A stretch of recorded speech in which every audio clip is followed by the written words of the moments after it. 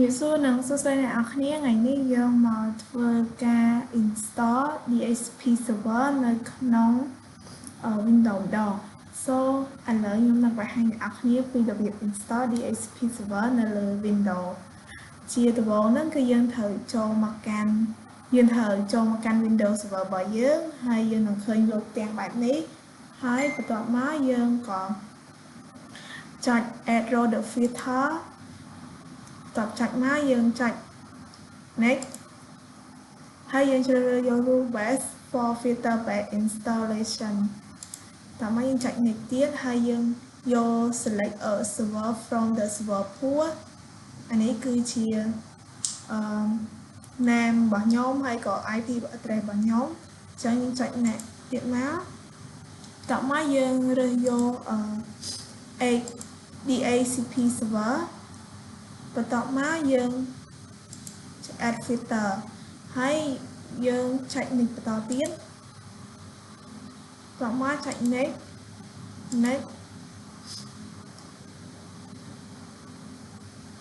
ហើយយើងត្រូវធ្វើការ install អញ្ចឹងយើងរងចាំបន្តិចទៅវាកំពុងធ្វើការ install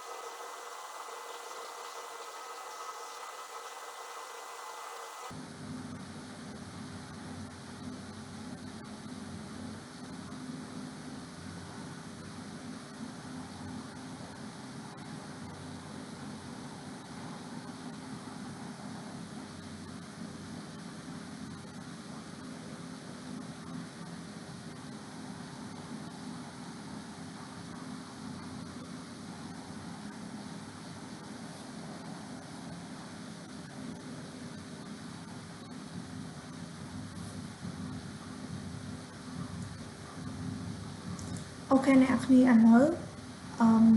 ការ install របស់យើងត្រូវបាន success ហើយអញ្ចឹងយើងចុច close អូខេអ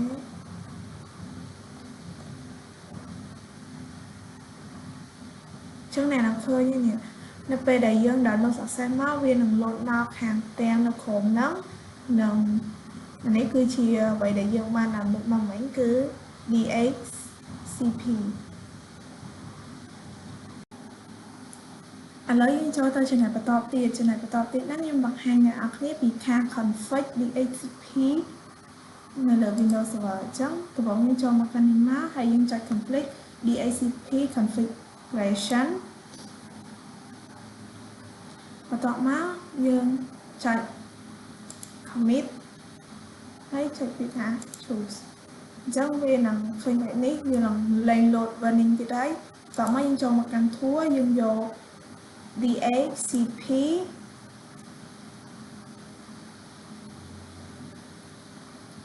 អូខេយក DHCP ចុចបាននេះយក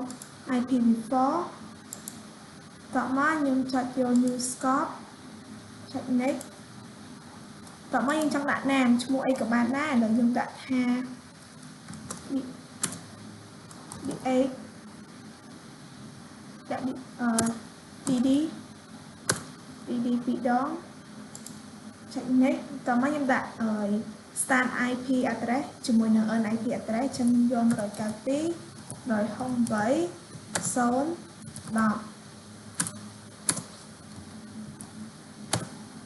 ខាងក្រោមយក192.168.0.9ចឹងចុចតិចមកអានេះ start IP ចឹងចុច192.0.20 ចុច next អានេះយើង skip ដែរIP នេះមក192.8.0.03 next name domain ចឹងដាក់ niche ចុងហ្នឹងទៅអានេះយើងយកនេះ skip អានេះក៏យើង skip បន្ទាប់មក finish ចឹងអ្នកនរគ្នានឹងឃើញមកឃើញ scope របស់ខ្ញុំប៉ុណ្ណឹងឈ្មោះ dd ដែលខ្ញុំបានដាក់មិញ